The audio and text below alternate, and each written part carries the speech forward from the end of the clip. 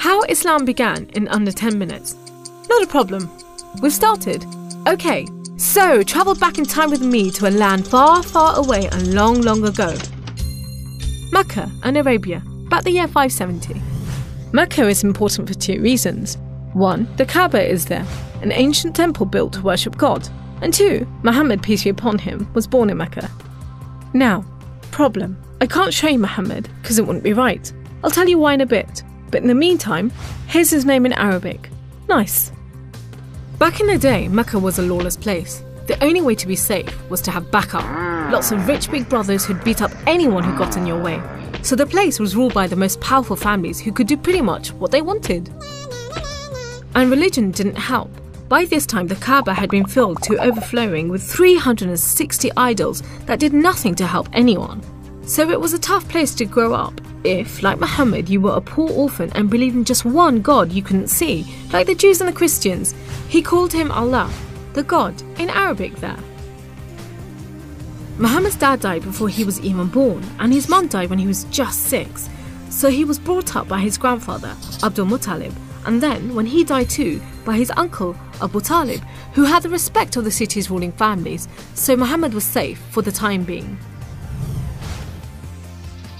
Muhammad started out as a shepherd and then became a businessman travelling about buying and selling stuff for rich clients. When he did some work for a rich widow called Khadija, she was so impressed by his honesty and skill that they ended up getting married, and for a while it looked like Muhammad was going places. Well, he was, but not how you think. Every year in the month of Ramadan, different calendar, different names for the months, there was a big party around the Kaaba when people made sacrifices to the idols. Muhammad hated it, so he'd get out of town and sleep in a cave he'd found on top of a nearby mountain. One night, Muhammad's praying to Allah when wham! There's the angel Jibreel, you might say Gabriel, standing right in front of him. Read, says the angel, but Muhammad couldn't read. No schools, you see. Jibreel keeps on at him. 3 times he says, read. Then he grabs hold of Muhammad and wham! Again, it's like Muhammad's learnt the words off by heart. So he recites the message out loud. Read in the name of your Lord, who created man from a drop of blood. Read, for your Lord is most generous. He who taught by the pen, taught man what he did not know. It was a message from Allah. God was speaking to him just like he'd spoken to the prophets in the Jewish and Christian holy books, which meant he was a prophet too. The messages continued for the rest of Muhammad's life. Allah gave him the words to say and the Prophet recited them. The words were written down by his friends, and years later they were collected together and became the Muslim holy book, the Quran, which means recitation, because Muhammad recited it, you see? Anyway, that was much later, so back to the night of power. Muhammad tells his family, then his friends, and eventually everyone about Allah, that he's the one and only God, that he wants everyone to be treated fairly, and long story short, it didn't go down well with the ruling families of Mecca, who liked things just the way they were, thank you very much. You see, Islam means obedience to Allah, and Muslim means someone who obeys Allah, and the ruling families didn't want anyone obeying anyone else but them. So the people who believed in Muhammad's message, the Muslims, were given a hard time. Some were even tortured and killed. A few of them managed to escape to Abyssinia, Ethiopia. But most were stuck in Mecca. Muhammad also had to cope with the death of his wife, and then just a few weeks later, his uncle too. Feeling very down, he went to the Kaaba to pray to Allah one night. Then, the weirdest thing happened. Jibreel turns up, sits him on a winged horse called Al-Buraq and flies him all the way from Mecca to Jerusalem. He prays with all the prophets who have ever lived. Then, he's taken up to the heavens to chat with some of the prophets, and then into paradise itself, where Allah tells Muhammad to pray 5 times a day and to stay strong. He's returned to Jerusalem and then flies back to the Kaaba in Mecca. We call it the night journey, and Muslims still argue whether it was a real experience or a vision, but whatever, it gave Muhammad a much needed boost, and just as well, because there were more tough times ahead. So, there was this other city called Yathrib. The people there heard about Muhammad and his message and invited him and his followers to join them. A few at a time, the Muslims left Mecca and made the dangerous journey across the desert to Yathrib. It's known as a hijra, which means migration, you know, like birds do. Muhammad and a few of his friends stayed in Mecca until everyone had got away and then made plans for their own escape. But the ruling families wanted to kill Muhammad while they still could, so 7 sons, one from each family, were sent in the middle of the night to stab the Prophet while he slept. But he was way ahead of them, and when they burst into the house, Muhammad was gone.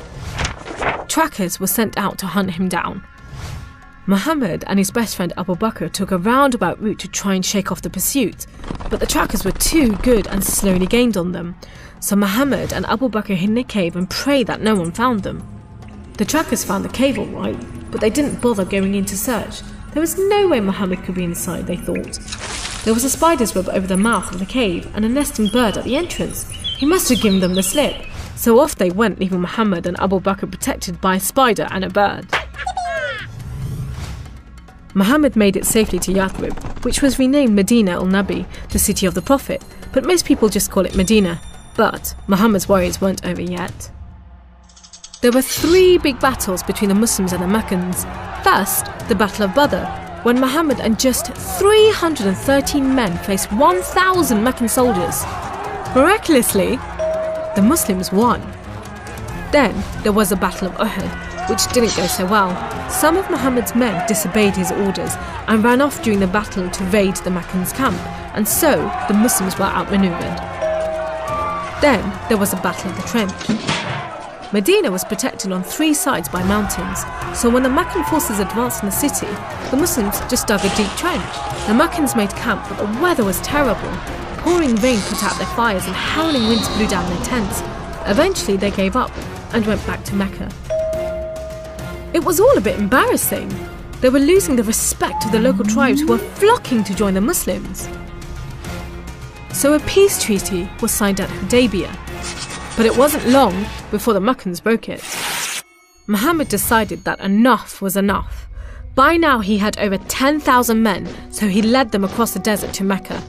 The ruling families realised they'd made a huge mistake, but it was too late. All they could do was surrender and hope that the Muslim army killed them quickly. But Muhammad said there should be no more fighting. He rode into Mecca and went straight to the Kaaba. He circled it 7 times anti-clockwise and smashed all the idols, rededicating the Kaaba to Allah. And that's why I'm not going to show you Muhammad. The Muslims wanted to make it totally clear that they only worship the one unseen God. So they didn't have any pictures of Muhammad in case anyone thought he was an idol, and they didn't have any pictures of Allah because he's like nothing on earth, so it would be impossible to draw him anyway.